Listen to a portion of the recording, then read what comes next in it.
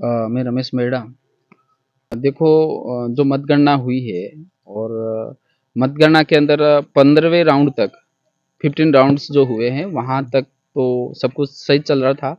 और जो प्रोसेस था उस प्रोसेस को निर्वाचन विभाग के द्वारा फॉलो किया गया। लेकिन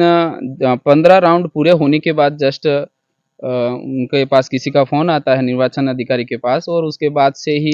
जो प्रोसेस होनी चाहिए उस प्रोसेस को फॉलो नहीं किया गया और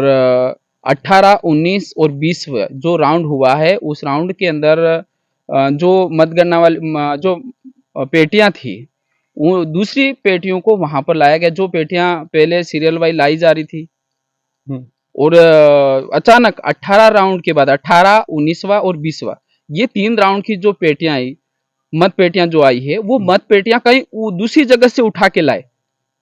दूसरी जगह से। ऐसा हमने कर्मचारियों को भी देखा लाते हुए और ऐसा हुआ है और एक दो जनों ने हमें बताया भी कि इस तरह से वहां पर गड़बड़ी की गई है। तो यहाँ पर पूरा निर्वाचन विभाग का क्या कह सकते हैं, निर्वाचन विभाग की मिली भगत है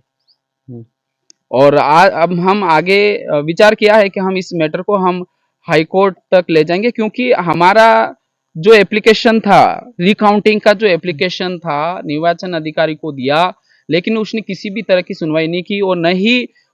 उसने उसके ऊपर कोई एक्शन लिया है। तो इसमें निर्वाचन अधिकारी सीधे तौर पर शामिल है, जबकि 21वें राउंड पर हमारे जो प्रत्याशी है वो प्रत्याशी ने सीधा लिख के दे दिया था कि मैं इस रिकाउंटिंग से इस मतगणना से मैं संतुष्ट नहीं हूँ, बहुत सारा गड़बड़ हो रहा है, तो इसको रिकाउंटिंग की जाए। लेकिन उनकी बात सुनी नहीं गई और पूरी मतगणना होने से पहले, पूरी मतगणना 22वां राउंड होने से पहले ही उस प्रत्याशी को विजय घोषित कर दिया जाता है और उसको प्रमाण पत्र, जबकि 22वां राउंड बाकी 22वें राउंड के लिए सारी पेटियां पड़ी हुई है ना, और उसको लाया नहीं गया। उससे पहले ही उस बीजेपी का जो प्रत्याशी है उसको अंदर बुलाकर उसको विजय घोषित कर दिया जाता है। और इसमें सरासर ये जो निर्वाचन विभाग है या चुनाव अधिकारी है उनकी पूरी बीजेपी के एजेंट के तौर पर उन्होंने काम किया है और साजिश के तहत जितेश कटारा भारत आदिवासी पार्टी के प्रत्याशी है उसको हरवाया गया है। तो उसको लेकर हम इस मैटर को लेकर हाई कोर्ट तक जाएंगे और हाई कोर्ट का दरवाजा खटखटाएंगे न्याय के लिए। हम माननीय कोर्ट पर विश्वास करते हैं। हम